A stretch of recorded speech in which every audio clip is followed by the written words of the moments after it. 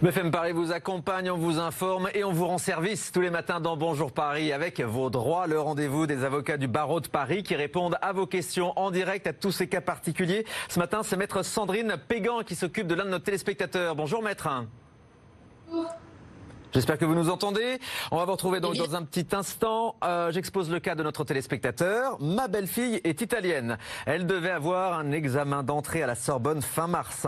Elle a décidé de venir en France donc pour passer cet examen le 10 mars et depuis, elle est bloquée chez nous à Saint-Germain-en-Laye. Son test à la Sorbonne a été annulé. Elle doit passer son diplôme fin mai. Le directeur de l'université refuse à ce jour de passer les examens en visioconférence, veut le faire impérativement dans une salle. Alors la question, la voici. Aura-t-elle le droit de sortir de la France pour rejoindre l'Italie ? Et même problématique également, il y a deux questions en une pour la fille de notre téléspectateur qui est en alternance à Bordeaux, confinée chez eux également à Saint-Germain-en-Laye. Elle aura-t-elle le droit de prendre un train pour aller dans son entreprise à Bordeaux? Alors que peuvent faire les enfants de notre téléspectateur, maître? Alors, je vous l'accorde, les déplacements en cette période de crise sanitaire sont un véritable casse-tête chinois, sans mauvais jeu de mots.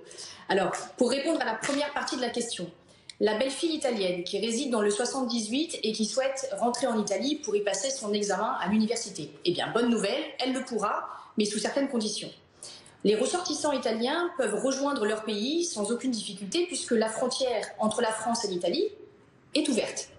Donc cette belle-fille italienne qui réside temporairement en France pour des raisons de tourisme, d'affaires ou autres, sera autorisée à rejoindre l'Italie et rejoindre son domicile habituel. Attention, je ne parle pas de résidence secondaire, puisque là, cela ne lui sera interdit. Mais malheureusement, tout ne sera pas si simple, tant au départ qu'à l'arrivée, puisque au départ de la France, à l'embarquement, elle devra présenter un document officiel qui s'appelle une auto-certification. Et cette auto-certification émane du ministère des Affaires étrangères et de la coopération internationale. Et elle doit comporter plusieurs éléments. Notamment, le premier élément, ce sont les raisons du voyage. On les a puisqu'elle part en Italie pour y passer son examen à l'université.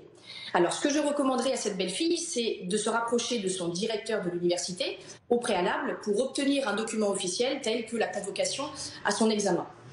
Et en outre, l'auto-certification doit présenter, et c'est là où le bas blesse, doit présenter le lieu où elle va évidemment, malheureusement, devoir s'auto-isoler pendant 14 jours. Et elle devra indiquer également dans cette auto-certification les moyens de transport avec lesquels elle pourra rejoindre ce lieu et indiquer le numéro de téléphone portable où on pourra la joindre. Donc vous l'aurez compris, toute personne entrant en Italie devra et est tenue de se conformer à une mesure d'auto-isolement de 14 jours et informer l'autorité sanitaire responsable. Alors petite parenthèse, les personnes qui souhaitent rentrer en Italie pour un motif professionnel, si c'est justifié, ils en seront dispensés. Mais il y aura un délai supplémentaire de 48 heures également si c'est justifié, mais au-delà, de toute façon, là aussi, ils devront se conformer à la quatorzaine. Donc ce que je... Exactement. Ce que je peux recommander évidemment à cette belle famille, c'est de se rapprocher des autorités consulaires, ne serait-ce que pour les aider dans leur prise de décision, parce qu'on voit bien que ce voyage engendre quand même certains désagréments. Et alors, pour répondre à la dernière partie de la question, la fille de votre téléspectatrice qui réside aussi au domicile dans le 78 et qui, elle, souhaite regagner Bordeaux pour l'exécution de ce contrat en alternance. Et bien là encore, réponse positive, mais par dérogation. Parce qu'en effet, je me dois de vous rappeler que depuis la loi du 11 mai 2020, prolongation de l'état d'urgence sanitaire qui a été publiée le lendemain au journal officiel, interdit tout déplacement au-delà de 100 km à vol d'oiseau de son lieu de résidence habituel. Alors comment fait-on pour calculer justement cette limite des 100 km? Eh bien, il y a un outil qui est proposé par le site Géoportail du gouvernement et qui permet justement de faire le calcul de cette limite des 100 km en déconfinement. Mais il existe, heureusement, des dérogations à ces 100 km. Et j'ose imaginer que vous en avez certainement déjà entendu parler. Ce sont les motifs impérieux, familiaux ou professionnels. Alors, le motif impérieux, c'est quoi? C'est un deuil familial, par exemple. C'est aussi un trajet professionnel indispensable, comme un avocat qui doit aller plaider dans une autre ville. Donc, cette jeune fille qui réside actuellement dans le département des Yvelines et qui souhaite rejoindre le département de la Gironde, le pourra puisqu'elle souhaite retrouver l'école et également retrouver son entreprise, bien que justement cela rentre dans le champ d'application de l'un des trois motifs. En revanche, elle devra se munir d'une attestation de déplacement qui est téléchargeable sur le site du ministère de l'Intérieur, par exemple. Elle devra également se munir d'un justificatif de domicile pour qu'en cas de contrôle, elle puisse justifier de sa provenance.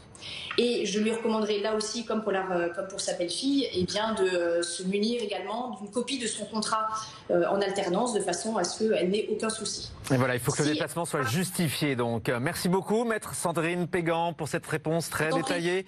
Les avocats du barreau de Paris vous rendent service tous les matins avec ce numéro de téléphone à votre disposition pour nous poser vos questions. N'hésitez pas, 06 13 02 46 93, 06 13 02 46 93 ou notre mail témoin@bfmparis.fr.